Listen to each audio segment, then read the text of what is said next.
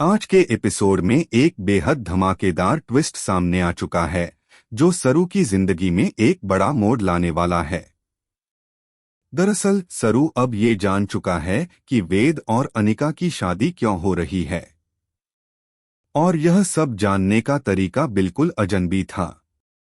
उसे एक दिन अनिका और चरण की बातचीत सुनने का मौका मिलता है, जिसमें चरण अनिका को यह बताता है कि तुमने उस वीडियो का गलत फायदा उठाया है और अब जो मैं कहूंगा तुम्हें वो करना पड़ेगा।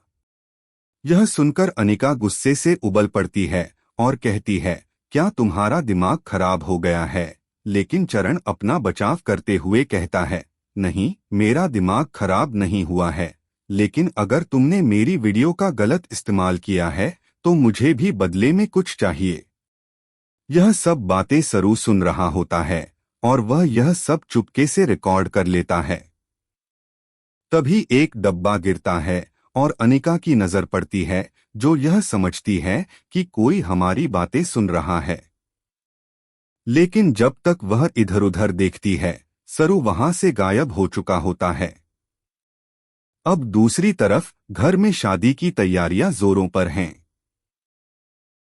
कामिनी चाहती है कि शादी जल्द से जल्द हो जाए और इसलिए वह पंडित जी को बुलाकर शादी का मुहूर्त पूछती है।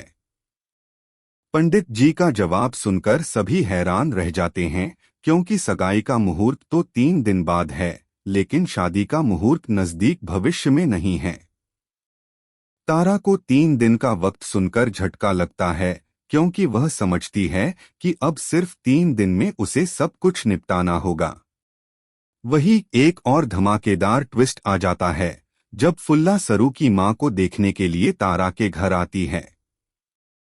लेकिन इससे पहले कि वह सरू की मां से मिल पाती, वेद वहां आ जाता है और फुल्ला उसे लेकर चले जाते हैं। सरू की मां को यह लगता है कि शायद उसने फुल्ला की आवाज सुनी हो, लेकिन जब वह पलटकर देखती है तो फुल्ला जा चुकी होती है।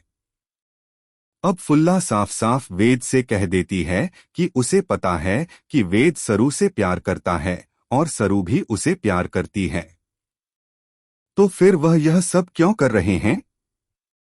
वेद इस सवाल से घबराकर कहता है कि ऐसा कुछ नहीं है। लेकिन फुल्ला कहती है, मुझे पता है कि सालों पहले सरू के दादा ने भी यही किया था। आज आप भी वही कर रहे हैं, आपकी मजबूरी है ना? फुल्ला की बातों को सुनकर सीरियल में एक बड़ा ट्विस्ट आता है। अगले दिन सरू कॉलेज जाती है और वह सोचती है कि उसे एक बार वेद से बात करनी चाहिए।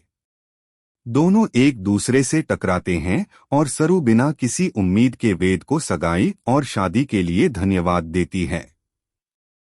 यह सुनकर वेद को बहुत बुरा लगता है, क्योंकि वह अनिका से दूर रहना चाहता है, लेकिन हालात की वजह से वह फंस चुका है। अब सरू को यह तो पता लग चुका है कि वेद और अनिका की शादी क्यों हो रही है, लेकिन यह जानने की जिज्ञासा बनी हुई है कि आखिरकार किसे ब्लैकमेल किया जा रहा है। क्या सरू अपनी समझदारी से इस शादी और सगाई को रोक पाएगी? आपको क्या लगता है? कमेंट बॉक्स में अपने विचार जरूर शेयर करें। साथ ही यह भी बताएं कि वेद की शादी किससे होनी चाहिए, सरू से या अनिका से? ऐसी और भी खबरों से जुड़े रहने के लिए हमारे चैनल को सब्सक्राइब करें।